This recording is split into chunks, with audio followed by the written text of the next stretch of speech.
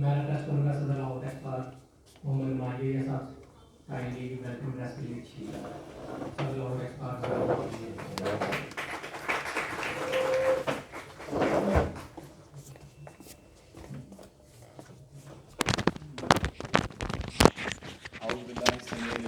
शैतानिर्रजीम बिस्मिल्लाहिर्रहमानिर्रहीम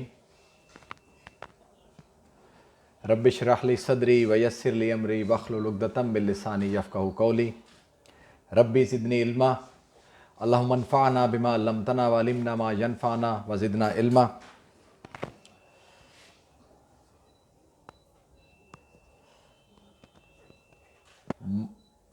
मोईद राना साहब आज के चीफ़ गेस्ट, साद नसरुल्लाह साहब आज के हमारे speaker, chairman IPO committee Lahore tax bar, हमारे चेयरमैन, हमारे दिलों के भी chairman, vice president Pakistan tax bar Shahbaz Qadir साहब, मेरी कैबिनेट ऑनरेबल एग्जीक्यूटिव मेंबरान, लाहौर टैक्स बार के ऑनरेबल मेंबरान, मेरी बहन और भाइयों, अस्सलाम वालेकुम रहमतुल्लाहि व बरकातहू। अल्हम्दुलिल्लाह हमारे लिए बड़े एक फ़ख्र की बात है कि आप हमारे चीफ़ गेस्ट जो है आज तशरीफ़ लाए हैं और हमारे बड़े भाई, हमारे दोस्त, और IPO के में पढ़ाने के हवाले से भी और प्रोफेशन के हवाले से एक बहुत बड़ा नाम, मोहतरम जनाब साद साहब, हम आपके बेहद शुक्रगुज़ार हैं कि आपने लाहौर टैक्स बार की रिक्वेस्ट को बहुत कम आपको टाइम दिया गया और उसको कबूल किया और हमारे इस प्रोग्राम में आप तशरीफ़ लाए। मैं ऑनरेबल चीफ़ गेस्ट और मेरे जो गेस्ट स्पीकर्स हैं उनके इतला के लिए थोड़ा सा बताना चाहूँगा, उनके नॉलेज के लिए, कि लाहौर टैक्स बार जो है 1947 से वजूद में आ गई थी और इसका सिलसिला अभी तक अल्हम्दुलिल्लाह चल रहा है। और इसमें यह है कि हमारा 2004-05 से एक बिल्कुल रेगुलर बेसिस पे हमारे वीकली लेक्चर्स होते रहे और उस लेक्चर्स को जो है हमारे मोहतरम शहबाज भट्ट साहब थे, उनके दौर से इसका आगाज़ हुआ और उसमें पहले चेयरमैन जो है लाहौर टैक्स बार एकेडमी बनाएगी, उसके चेयरमैन थे मोहसिन नदीम साहब, जो कि हमारे साबका पाकिस्तान लाहौर टैक्स बार के भी रहे और पाकिस्तान टैक्स बार के भी सदर रहे। फिर वक्त के साथ साथ मामला चलते रहे और अल्हम्दुलिल्लाह हमें अल्लाह ने मौका दिया और हमने कोशिश की है कि डिफरेंट सब्जेक्ट्स को लेके आएँ और हर एस्पेक्ट को कोशिश किया जाए, कवर किया जाए, ताकि हमारे जो ऑनरेबल मेंबरान हैं वो ना सिर्फ मुस्तफ़ीद हो सकें बल्कि उनको अपग्रेड नॉलेज से अपने केसेस को तैयार करने में भी आसानी मिले। इसके साथ साथ सर ये वाला सब्जेक्ट ज़रा मैं इस बात को तस्लीम करता हूँ कि जो हमारे लाहौर टैक्स बार के मेंबरान हैं वो इसकी प्रैक्टिस भी करना चाहते हैं और बहुत सारे लोग फाइलिंग वगैरह भी करते हैं, लेकिन ये है कि अनफॉर्चुनेटली वो वाली शायद उस मेयार के मुताबिक जो कि रिक्वायरमेंट्स हैं, मैं समझता हूँ वो भी मुकम्मल नहीं हो सकी।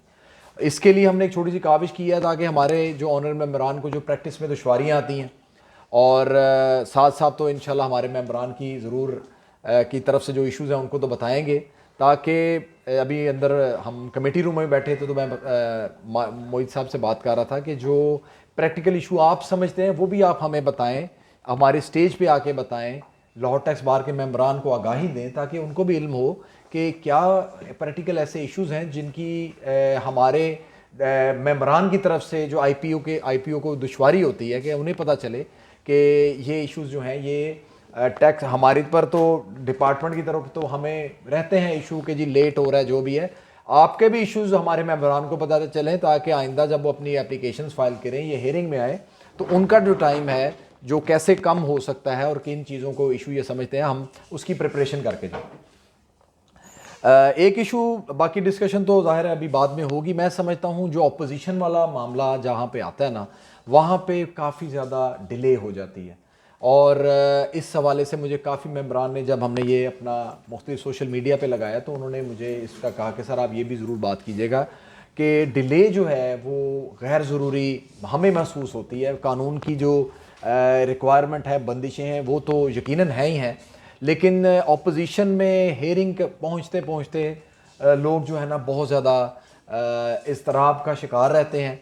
दूसरा ये है कि जो इसमें इन्फ्रिंजमेंट है, उस इन्फ्रिंजमेंट के रोकने के लिए जो एक निज़ाम है उसके ऊपर भी लोगों को कुछ सवालात होते हैं कि जी हमें, हमारा एक प्रोडक्ट है, हम बना रहे हैं, उस इन्फ्रिंजमेंट के रोकने के लिए ऑल्दो के कानून में एक प्रोविज़न है, लेकिन उसकी इम्प्लीमेंटेशन जो है कुछ थोड़ा सा एक हमारे, मैं समझता हूँ और हमारे मेंबरान की भी यही है राय कि उसमें थोड़ा सा इन्फ्रिंजमेंट में थोड़ा सा टाइम लगता है और इन्फ्रिंजमेंट की लिटिगेशन एक पूरा सब्जेक्ट है जो कि यहाँ से होने के बाद है या इस दौरान भी होती है। उसमें भी हमारे मेंबरान की अगर किसी हवाले से आप समझते हैं कि कोई रहनुमाई हो सकती है या आप समझते हैं कि उसमें क्या मज़ीद बेहतरी आ सकती है, इन्फ्रिंजमेंट के हवाले से बड़ा प्रॉब्लम आ रहा है। कल उमर साहब से भी बात हुई थी, हमारी ख्वाहिश थी कि उमर साहब भी तशरीफ़ लाते, उमर अशरफ साहब, लेकिन ज़ाहिर है वो उनकी तबीयत नासाज होगी, उनको वो नहीं आ सके। लेकिन माशाल्लाह उन्होंने आपके बारे में पहले ही कहा था कि जी हमारी तरफ से मोहित साहब भी होंगे, मैं ज़रूर आ जाऊँगा। हम इंशाल्लाह उनका भी इंतज़ार करेंगे, उनका भी प्रोग्राम होगा। और अपने मेंबरान के लिए मैं समझता हूँ कि मैं बता दूँ कि हमारी जब उमर साहब से बात हुई तो एक तो अब इसमें ना हमने उनसे बात की है तो हम सीरीज़ ऑफ लेक्चर करेंगे, महीने में एक लेक्चर IPO पे होगा और मुख्तलिफ है, पेटेंट पे अलहदा होगा, ट्रेडमार्क पे फुल फ्लैज अलहदा होगा, कॉपीराइट पे अलहदा होगा, ताकि फिर उसके बाद उसके जो स्टेप्स आते हैं वो हमारे मेंबरान को पता चलें। IPO के फाइलिंग और इनकम टैक्स की रिटर्न सेल टैक्स रिटर्न की फाइलिंग से अक्सर मुख्तलिफ है। आपने अभी इनकम टैक्स में रिटर्न फाइल की और आपका वो ऑर्डर बन गया या सेल टैक्स के पास डाटा चला गया, इनके पास फाइल होनी है, इन्होंने एग्जामिनेशन है जो एक प्रॉपर प्रोसेस है, उस प्रोसेस से गुजर के ही उसकी एप्लीकेशन जो है एक डेस्क पे पहुंचनी है, फिर उसके बाद आपको नोटिस डाला जाना है उसकी जो भी रिक्वायरमेंट्स हैं। और ये नोटिस मैंने उस दिन भी सेक्रेटरी साहब साथ ही थे, ये हमें हमारे मेंबरान को बताया जी ये नोटिस क्यों डाले जाते हैं। 14 का 17 का नोटिस डाला गया है, इसके पीछे लॉजिक क्या है, कानून तो लिखा हुआ है, लेकिन उसके बाद भी अगर आप हमारे मेंबरान को बता देंगे तो वो एक बड़ी आसानी हो जाएगी हमारे मेंबरान को रिप्लाई तैयार करने में। और क्योंकि ये फील्ड ज़रा बिल्कुल डिफरेंट है, ऑल्दो हमारे ही क्लाइंट्स होते हैं जो कि आईपी में काम कर रहे होते हैं, उनके ट्रेडमार्क्स होते हैं, लेकिन फिर भी मैं समझता हूं कि ये ज़रा थोड़ी सी अगर ये भी रहनुमाई मिल जाएगी, एजुकेशन हो जाएगी, और हम साथ साहब को यकीनन तंग करेंगे क्योंकि आप हमारे भाई हैं, हमारा हक है, टैक्स बार का हक है कि आपसे टाइम हम लें और आपको तमाम प्रोग्राम में इंगेज करें, प्रोवाइडेड कि आप लाहौर में हो। दूसरा, मैं अपने ऑनरेबल स्पीकर और चीफ गेस्ट साहिबान से को ये भी गुजारिश करना चाहूँगा कि इस साल हमने जो हमारी ये एकेडमी है इसमें एक एडिशन किया है, वो एडिशन है लाहौर ये जो इम्पोर्टेंट जजमेंट्स आती हैं, landmark judgments committee Lahore tax बार की है, जिसके चेयरमैन आज अवेलेबल नहीं है, तो उसमें मुख्तलिफ जो हैं हम कोई किसी भी सब्जेक्ट में हम मुख्तलिफ जो हैं हमारे मेंबरान उनको कहते हैं कोई एक जजमेंट लें, उसको 5 मिनट के लिए पढ़ें। सुमैर सईद साहब हैं, अब्दुल वहीद साहब हैं, ये अपनी खिदमत देते हैं, और हमने लास्ट टाइम रिक्वेस्ट की थी अतीकुर रहमान मिर्ज़ा साहब की, तो वो जो है इंशाल्लाह आज अभी वो जजमेंट भी देंगे, और हम फिर वो बॉक्स एक हमने जजमेंट बॉक्स बनाया हुआ है, ऑल्दो वैसे तो होगी मेरे ख्याल में टैक्स से रिलेटेड ही कोई, तो जजमेंट बॉक्स है। और कुछ काफ़ी दोस्त 2-3 दोस्त मेरे पास तो पर्टिकुलर आए हैं कि जी इस प्रोग्राम में जो जजमेंट हुई है वो जजमेंट हमें दे दें, ताकि हमें हमारा एक इशू इस तरह का मिलता जुलता है तो वो टैक्स बार के तवस्सुत से रहनुमाई भी मिल जाती है। और बस यही आपको गुजारिश करनी थी, टैक्स बार की थोड़ी सी आपको हिस्ट्री बताना मकसूद थी, और उम्मीद है कि हमारे जो ऑनरेबल मेंबरान हैं, ये डिफरेंट टॉपिक है, टैक्स से हटके है, उम्मीद है कि वो भी इससे मुस्तफ़ीद भी होंगे, और रिकॉर्डिंग तो हो रही है, इंशाल्लाह वो भी दोस्तों तक पहुंच जाएगी। और आप दोस्तों का एक बार फिर बहुत शुक्रिया, आप दोस्तों का भी। अस्सलाम वालेकुम रहमतुल्लाह।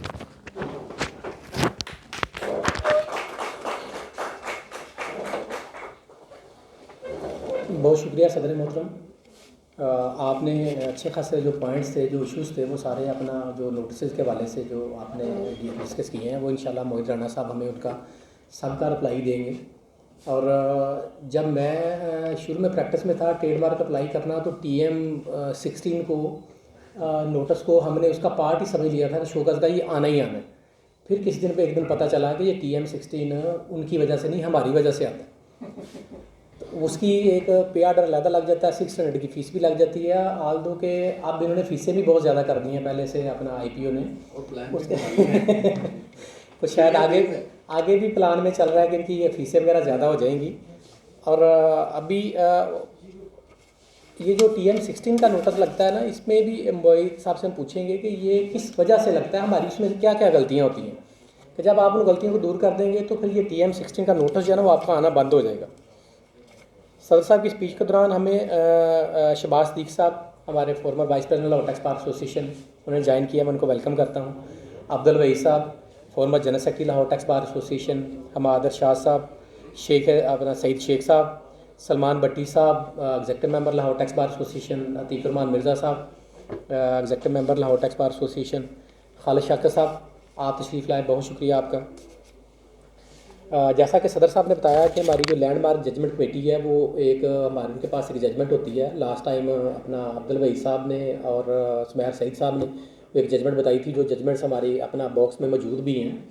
आज लास्ट टाइम हमने रिक्वेस्ट की थी अतीकुर रहमान मिर्ज़ा साहब से कि आप भी जजमेंट तैयार करें, इनका भी अच्छा नॉलेज है, और बल्कि ये MM अकरम साहब के शागिर्द भी हैं और हमारी executive committee Lahore tax bar के ये मेंबर भी हैं इस साल के लिए।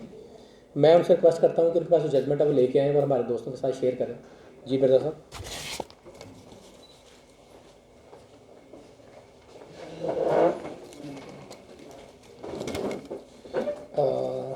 इंतहाई काबिल एहतराम guest of honour, chief guest, हमारे प्रेसिडेंट साहब, सेक्रेटरी साहब, तमाम दोस्त, टैक्स रजीम के मेरे सीनियर्स, मेरे असातिज़ा, बहुत सारे दोस्त अहबाब, मेरी बहनें, सब दोस्तों को अस्सलाम वालेकुम व रहमतुल्लाहि व बरकातहू। हमारा सर प्राइमरी जो टैक्स एंड कॉर्पोरेट कंसल्टेंसी में जो मेन लेजिस्लेशन होती है वो अमूमन sales tax law, income tax ordinance 2001, federal excise act, और देन फिर सब्सिक्वेंटली हमारे पास आईपीओ की लेजिस्लेशन आती है। कॉर्पोरेट में हम चले जाएं तो कंपनीज ऑर्डिनेंस, कंपनी एक्ट 2017 आता है। तो आज की जो मेरी जजमेंट है ये एक रिपोर्टेड जजमेंट है, और इसकी खासियत ये है कि ये जजमेंट लाहौर हाई कोर्ट ने डिलीवर की है और इसको followed by Sindh high court ने इसको अडॉप्ट करके तो सेम इशू पे उन्होंने इसको आगे से फॉलोअप किया है। जजमेंट की साइटेशन है 2021 पीटीडी 945। जजमेंट है सेल्स टैक्स लॉ के ऊपर। Section 8B of sale tax act एक बहुत कॉमन सा हमारा एक इशू होता है जिसमें सब दोस्त टैक्स रिटर्न फाइल करते हैं, तो 90% ऑफ द इनपुट टैक्स आपको अलाउ होता है और 10% की रिस्ट्रिक्शन होती है कि जी आपने ये जमा करवाना है at the time of filing of returns. और इसमें सेक्शन 8D के अंदर तकरीबन तमाम टैक्स गुजार को नोटिस, शोकाज नोटिस अक्सर डिपार्टमेंट की तरफ से आते रहते हैं और वो उसमें कंप्लाइंस करते हैं। और डिपार्टमेंट का स्टैंस ये होता है कि आपने जो एडजस्टमेंट करके 10% कैश जमा करवाना था, अगर किसी दोस्त ने 100% टैक्स की एडजस्टमेंट कर ली हो तो वो ये कहते थे कि आपने 90% करनी थी, आपने 100% कर लिया, तो लिहाजा 10% आप कैश जमा करवाएं। तो जब सेल्स टैक्स शोकाज नोटिस आता है तो उसमें कैश रिकवरी के अलावा डिफ़ॉल्ट सरचार्ज सेक्शन 34 के तहत वो भी साथ लग जाता है और सेक्शन 33 की एक प्रेस्क्राइब पेनल्टी भी लग जाती है। तो समहाउ वो जो अमाउंट होती है जो अनएडजस्टेड थी, एडजस्ट करके हम लोग बेनिफिट ले लेते हैं, उस पे फिर डिपार्टमेंट आ जाता है कि जी अब ये पैसे हमें दें, आप ये जमा करवाएं, अदरवाइज़ फिर ऑर्डर पास हो जाता है, आगे अपीलों में मैटर चलते रहते हैं। इस इशू पे ये लाहौर हाई कोर्ट DB की जजमेंट है जिसके ऑथर जस्टिस शाहिद करीम साहब हैं। उन्होंने ट्रिब्यूनल में एक डिसीजन हुआ, ट्रिब्यूनल ने कहा जी बात यह है कि section 8B is entirely A procedural section, तो अगर इसकी कोई वायलेशन हो जाती है तो उसमें रेवेन्यू लॉस नहीं होता। ये उन्होंने प्रिंसिपल ले डाउन किया है इसमें। उन्होंने कहा जी चूँकि रेवेन्यू लॉस नहीं होता लिहाजा जो शो काज नोटिस के तहत आप लोग रिकवरी मांगते हैं ना टैक्स डिपार्टमेंट वाले, ये गलत है। वर्स कम वर्स सारी बहस में उन्होंने कंक्लूड ये किया है कि आप ज़्यादा से ज़्यादा टैक्स गुजार से, चूँकि प्रोसीजरल लैप हुआ है तो आप उससे सेक्शन 33 के अंदर जो प्रेस्क्राइब पेनल्टी है 10,000 की वो आप उससे ले सकते हैं। अदरवाइज़ आप जो प्रिंसिपल अमाउंट की बात करते हैं वो आप उससे नहीं रिकवर कर सकते। और इस पर डिपार्टमेंट ये रेफरेंस है sale tax reference number 7 of 2015, commissioner inland revenue versus Malik enterprises. तो ये जजमेंट आ गई है, इन फील्ड है, रिपोर्टेड जजमेंट है। सारे दोस्त अगर किसी का इससे रिलेटेड कोई इशू हो वो इस पर रिलायंस करके डिपार्टमेंट को दे सकता है। डिपार्टमेंटल रेफरेंस इसमें डिसमिस हुआ है और रूल आउट ये हुआ है कि आप अगर रिकवरी करना चाहते हैं, चूँकि प्रोसीजरल ऐप है, तो आप जो रिकवरी करेंगे वो आप principal amount of sales tax recover नहीं कर सकते, ना डिफॉल्ट सरचार्ज ले सकते हैं, आप सिर्फ उनसे रिकवर कर सकते हैं तो पेनल्टी जो सेक्शन 33 के अंदर है वायलेशन ऑफ रूल्स की। अब इसी जजमेंट को सिंध हाई कोर्ट की DB ने भी फॉलो किया और sale tax reference number 2500 of 2015 जिसमें जस्टिस सादात खान और उनके साथ हैं राशिदा असद। चूँकि सिंध हाई कोर्ट की एक नॉर्मल प्रैक्टिस ये है कि वहाँ हर केस ही DB में जाता है, वहाँ पर सिंगल बेंच, बहुत स्पेशल केस हो तो सिंगल बेंच हर्ड होता है, अदरवाइज हर केस उनका DB में जाता है। तो ये DB की जजमेंट है और सेम यही इशू था। इसमें भी डिपार्टमेंट ने एक रेफरेंस फाइल किया, उन्होंने वो रेफरेंस डिसमिस किया और सेम उन्होंने कॉपी की, बल्कि उन्होंने इसमें लाहौर हाई कोर्ट की रिपोर्टेड जजमेंट ये जो 2021 PTD 945 है इसका जिक्र किया। उन्होंने कहा जी डिपार्टमेंट इस हवाले से सिर्फ पेनल्टी रिकवर कर सकता है, प्रिंसिपल अमाउंट की डिमांड करना इलीगल है, वाइड एब इशू है। तो अगर किसी दोस्त को ये चीज़ें चाहिए हो, ये जजमेंट यहाँ पे मैं डिलीवर कर देता हूँ। वैसे आज आने से पहले मैंने अपने तकरीबन सारे ही ग्रुप्स में ये जजमेंट्स मैंने डाल दी थी, ताकि जिसको जो प्रिंट आउट चाहिए हो तो वो इस हवाले से। तो ये कॉमन इशू है हमारा सेक्शन 8B का। अक्सर दोस्त इसमें शोकाज, मुझे भी कई केसेस में शोकाज आते हैं। तो ये अब इसमें प्रिंसिपल ले डाउन हो गया हुआ है। Principal amount of sales tax वो रिकवर नहीं कर सकते, डिफ़ॉल्ट सरचार्ज नहीं मांग सकते, और ये एक्सेप्टेड बाय, मतलब इसमें डिपार्टमेंट का व्यू, सिंध हाई कोर्ट में जो डिपार्टमेंट के वकील थे कफ़ील अहमद अब्बासी साहब, ये छोटे भाई हैं जस्टिस अकील अब्बासी साहब के, तो उन्होंने कन्फ्रंट किया है कि इसमें सिर्फ वायलेशन प्रोसीजर की है। क्योंकि हम जब सेक्शन 8B में जाते हैं, हम 10% अगर हम 100% एडजस्ट करते हैं, तो दूसरी साइड पे महकमा में कहता है कि जो आपका अनएडजस्टेड सेल टैक्स है आप उसका रिफंड क्लेम करें। तो सॉर्ट आउट ये हुआ कि जो पैसा है बेसिकली इनपुट का, वो तो गवर्नमेंट के पास है, तो गवर्नमेंट को तो इसमें कोई नुकसान नहीं है। तो जहां रेवेन्यू लॉस ना हो वहां प्रिंसिपल अमाउंट रिकवर नहीं की जाती, वहां डिफ़ॉल्ट से चार्ज नहीं रिकवर किया जाता, वहां सिर्फ सेक्शन 33 प्रेस्क्राइब्ड है, उसमें जो पेनल्टी है इनपुट एडजस्टमेंट्स की वो आपके ऊपर लेवी होगी। तो ये एक रिपोर्टेड जजमेंट थी, मैंने मेरे सदर मोहतरम ने ड्यूटी लगाई थी, तो मैं इस चीज़ को हाजिर हूँ जी। Thank you very much, thank you for your patience जी।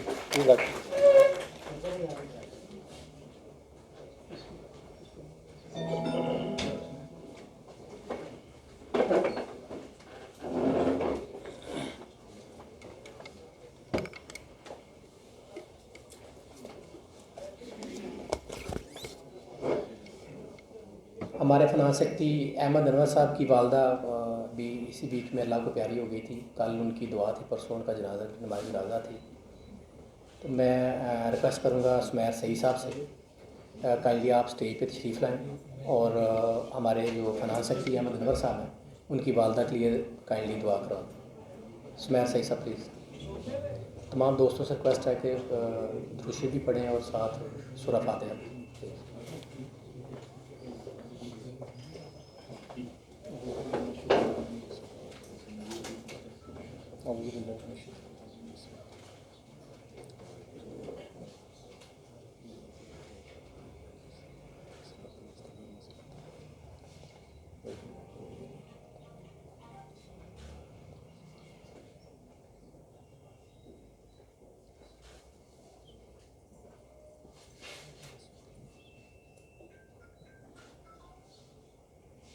अल्लाहुम्मा अग़फ़िर लना सय्यिदना व मय्यितना व शाहिदना व गायबना व सगीरना व कबीरना व ज़करना व अल्लाहुम्मा मन अहयैतहु मिन्ना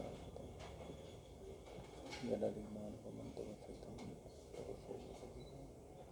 रब्बना ला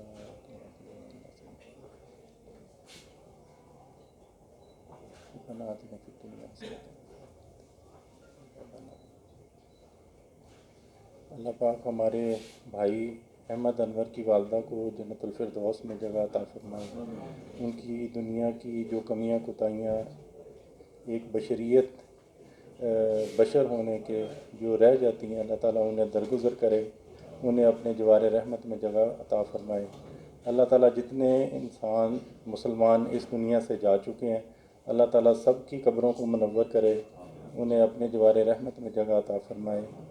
और अल्लाह ताला क़यामत वाले दिन दाहिने हाथ में अमालनामा दे, ताकि सब लोग खुशी खुशी अपने अजीज़ों में जाके उस खुशी को सेलिब्रेट कर सकें। आमीन।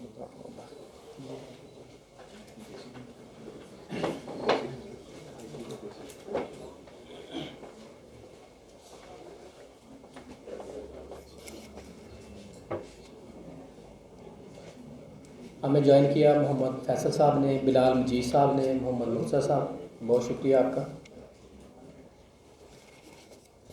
आज का सेमिनार जो है हमारा, उसमें थोड़ी सी चेंजेस है। चेंजेस के हवाले से है कि आज हमें सबसे पहले एक ओवरव्यू देंगे मोहित अमान राणा साहब, डिप्टी डायरेक्टर IPO, और उसके बाद हमारे स्पीकर हमारे दरमियान मौजूद हैं साद रसूलुल्लाह साहब। पहले तो जैसे आपको पता है कि पहले स्पीकर आते हैं, लेकिन इस दफ़ा सदर साहब ने हुक्म किया है कि इस दफ़ा हम थोड़ा सा इसको सिनारियो को ये चेंज करेंगे, थोड़ा प्रोसीजर इसका जो हमारे सेमिनार का उसको थोड़ा तब्दील करेंगे। और आज मोईद अमान राना साहब डिप्टी डायरेक्टर IPO लाहौर, वो हमें एक ओवरव्यू देंगे ये IPO के ऊपर और सारे सिस्टम को। उसके बाद जो हमारे स्पीकर हैं वो साजिद रज़ा साहब आएंगे। मैं रिक्वेस्ट करता हूँ मोईद अमान राना साहब, काइंडली आप तशरीफ़ लाएँ। बिस्मिल्लाहिर्रहमानिर्रहीम। सदर साहब, नुमान याया साहब, सेक्रेटरी साहब, मेरे टीचर बिलाल साहब और सीनियर बैठे हुए हैं। It's difficult for me to speak in front of them. Moeed Aman Rana मेरा नाम है जी। मैं डिप्टी डायरेक्टर हूँ IPO लाहौर में। And I thank Lahore tax bar association for inviting us to speak on in a generic manner on IPO, Intellectual Property Organization, Pakistan. Next slide please. मेरे पास तो कंट्रोल नहीं है इसका। नहीं। अच्छा, सो इंटेलेक्चुअल प्रॉपर्टी है क्या जी? अच्छा, इधर से नज़र नहीं आ रहा। आई थॉट कि शायद राइट उस साइड पे है। ठीक है, नहीं फॉर ऑडियंस। ठीक ठीक, क्लियर है जी। So intellectual property, as the name implies, it is a creation of mind.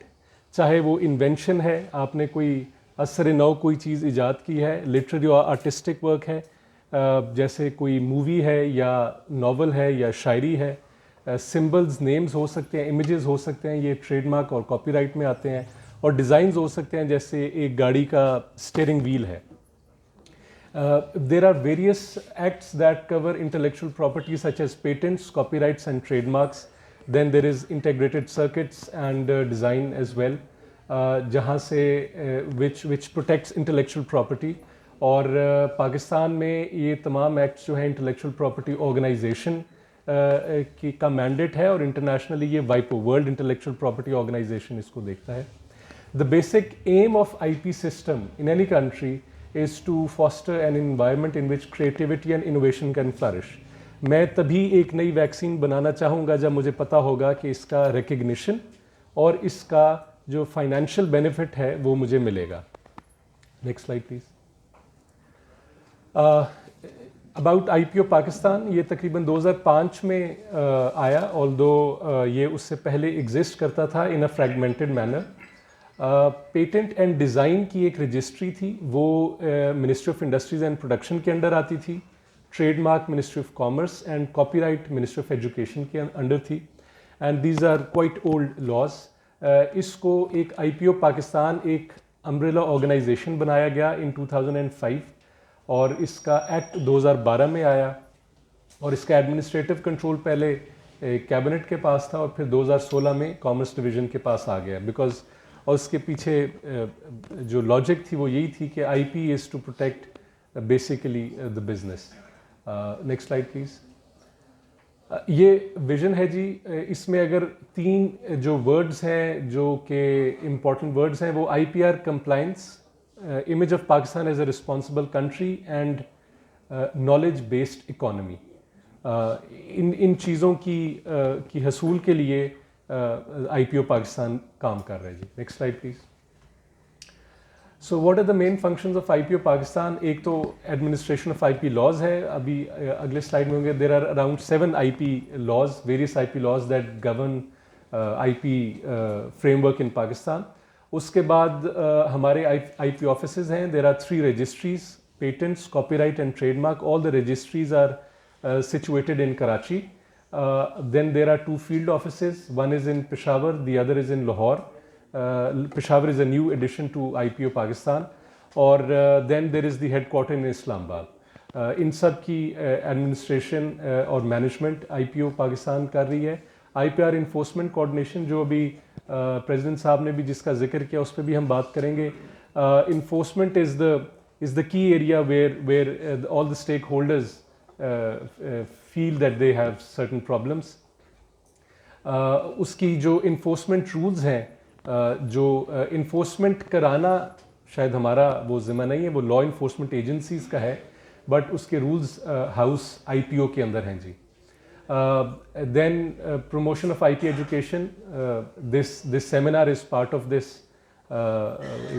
This activity of IPO Pakistan to spread awareness. And we have observed that over the years our IP applications have continuously increased. अब लोगों को बहुत ज़्यादा awareness है, और बहुत सारे जो हाउस होल्ड नेम्स हैं बिजनेसेस में, वो बड़ी आपको हैरानगी होगी, वो अब जाके हमारे पास आ रहे हैं जो पिछले 50-60 साल से कारोबार कर रहे थे। Next slide please.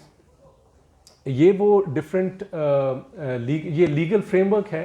IPO Pakistan act 2012 ये इनको इकट्ठा करता है। उसके अलावा पेटेंट ऑर्डिनेंस 2000 का है, ट्रेडमार्क्स ऑर्डिनेंस 2001 का है, कॉपीराइट ऑर्डिनेंस 1962 का है जी। Geographical indications is the latest addition to the firmament of legal framework.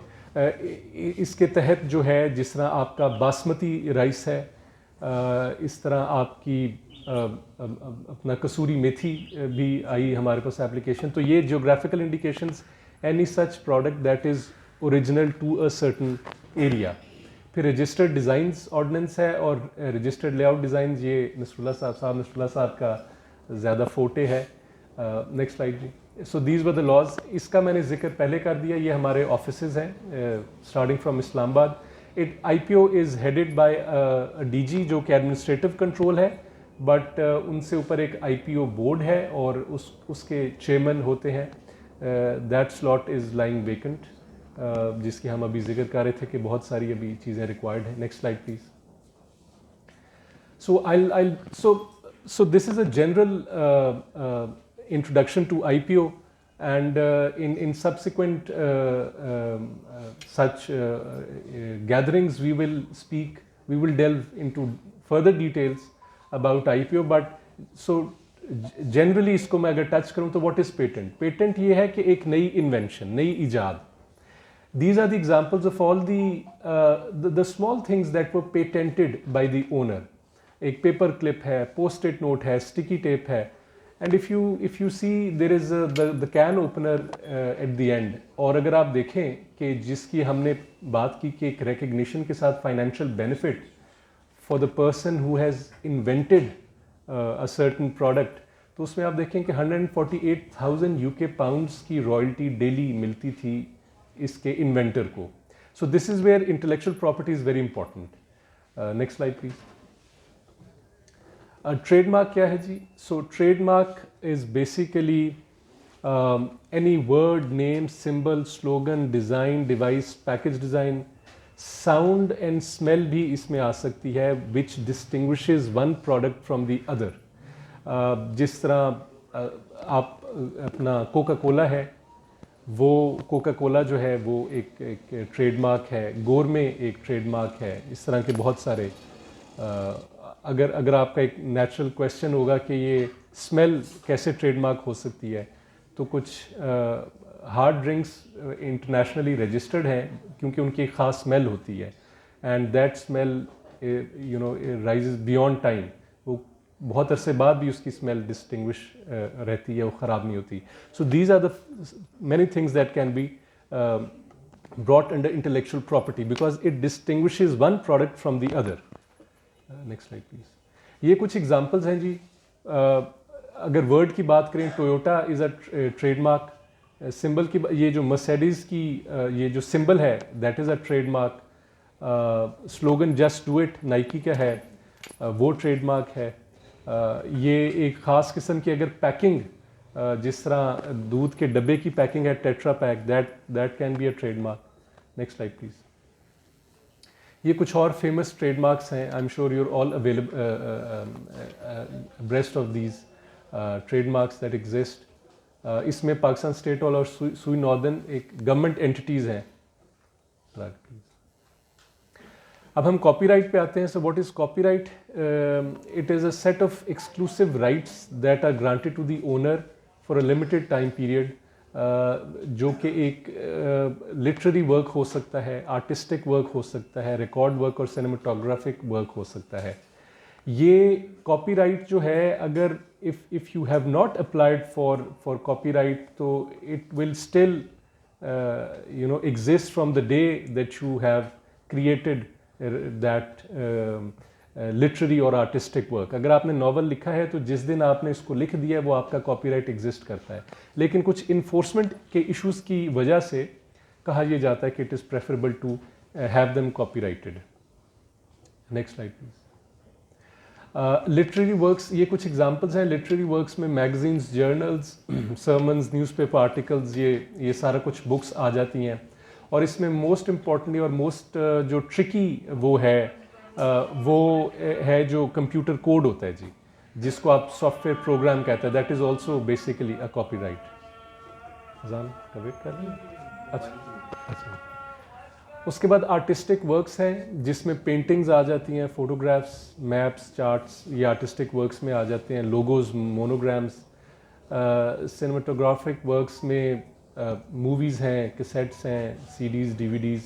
Record works में भी ये म्यूज़िक का मुख्तलिफ वो आ जाते हैं। नेक्स्ट ये this is very important specially for you all, because आपके क्लाइंट्स अगर आते हैं तो यू शुड नो कि पेटेंट जो है वो फॉर 20 ईयर्स कवर करता है आपकी इजाद को। कॉपीराइट लाइफ ऑफ ऑथर, एक शख्स ने मूवी बनाई है या नावल लिखा है तो जब तक वो ज़िंदा है प्लस 50 ईयर्स उनके बच्चों का वो कॉपीराइट रहता है। ट्रेडमार्क जो है वो अनलिमिटेड होता है, but it has to be renewed after every 10 years. Geographical indications again is unlimited. It has to be renewed after every 10 years. और इसमें अगर geographical indications की बात हो रही है तो हमारा जो बासमती है, हमारा इंडिया के साथ अभी केस भी चल रहा है और इट इज़ सब जुडिस, लेकिन बासमती कोई भी जियोग्राफिकल इंडिकेशन का अपने मुल्क में register as an intellectual property होना बड़ा ज़रूरी है बिफोर दैट कंपनी और that product can be protected internationally. फिर इंडस्ट्रियल डिज़ाइंस हैं जो कि total of 30 years, 10 years plus 2 renewals. उसके बाद इंडस्ट्रियल डिज़ाइन भी पब्लिक डोमेन में आ जाते हैं। जब जो पेटेंट और कॉपीराइट जब अपनी मुद्दत पूरी कर लें then they enter into public domain. उनको कोई भी अपने नाम से कर सकता है। अब सर ये कुछ इंटेलेक्चुअल प्रॉपर्टी को फाइल, ये बहुत ही बेसिक सा है बिकॉज ये कुछ फॉर्म्स हैं जो हमारे forms that are available on our website as well, ipo.gov.pk। और ये पहले फॉर्म है जिसके तहत अपना अप्लाई किया जाएगा इंटेलेक्चुअल प्रॉपर्टी के लिए जो भी होगा। Next slide. ये सो दिस इज़ इन्फोर्समेंट। इसमें आप देखें कि जो सिर्फ 3 है, patent, registered design and plant breeders, जिसमें क्रिमिनल रेमेडी अवेलेबल नहीं है जी। उसमें सिर्फ सिविल रेमेडी अवेलेबल है। आपको फ़ाइन हो सकता है या आपको इंजंक्शन मिल जाएगी कि आपके उसके ख़िलाफ़ ना हो सके। बाकी कॉपीराइट्स, ट्रेडमार्क्स और जो जियोग्राफिकल इंडिकेशंस हैं इनमें क्रिमिनल रिलीफ जो है वो कंप्लेनेंट को अवेलेबल है।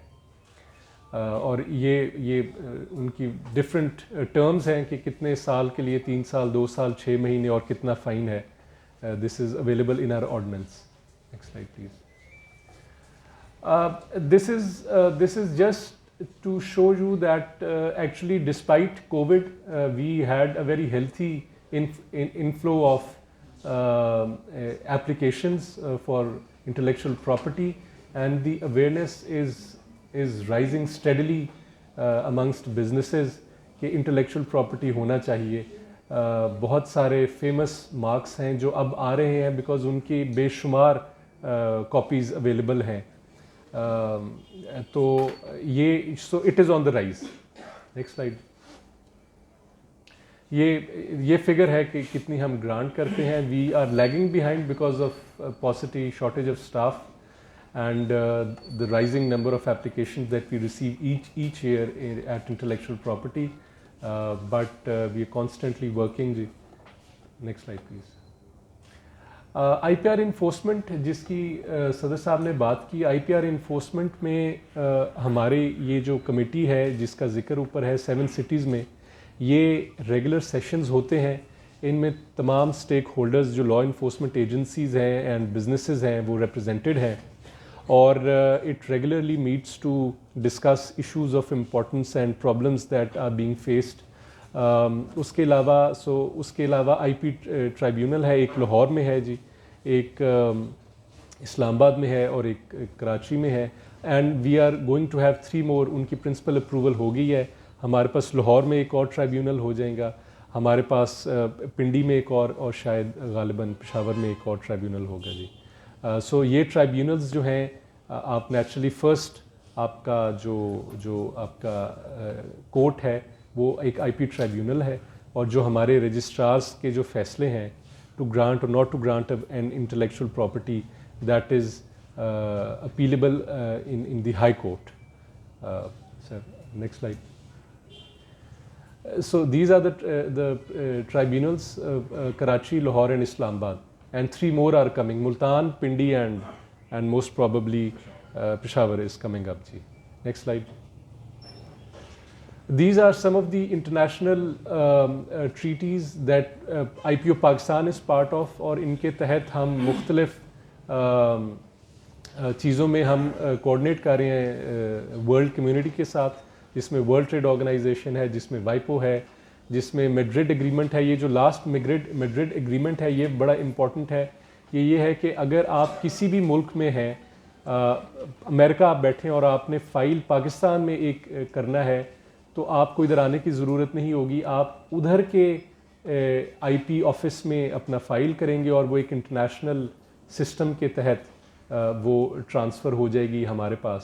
सो we are in the process of integrating with WIPO, which is already integrated with a lot of countries, and all of those countries who are part of this Madrid protocol will be able to have a unified system of IP applications. Next slide. So हमने जो vision था IPO Pakistan का वो था कि Pakistan as an IP reliable and IP safe intellectual property, जहाँ पे safe हो वो कंट्री हो। उसमें अगर आप देखें तो हमारी रैंकिंग 2016 से 2021 तक काफ़ी पॉइंट्स इम्प्रूव किया है, and it is majorly because of the work being done by IPO Pakistan, which is perhaps not visible but it is being done, जिसमें international community recognizes the fact कि Pakistan is out there to protect intellectual property. Next slide. Thank you very much जी। Questions आप अभी लेंगे या साथ साथ बात? थैंक यू वेरी मच, बहुत शुक्रिया।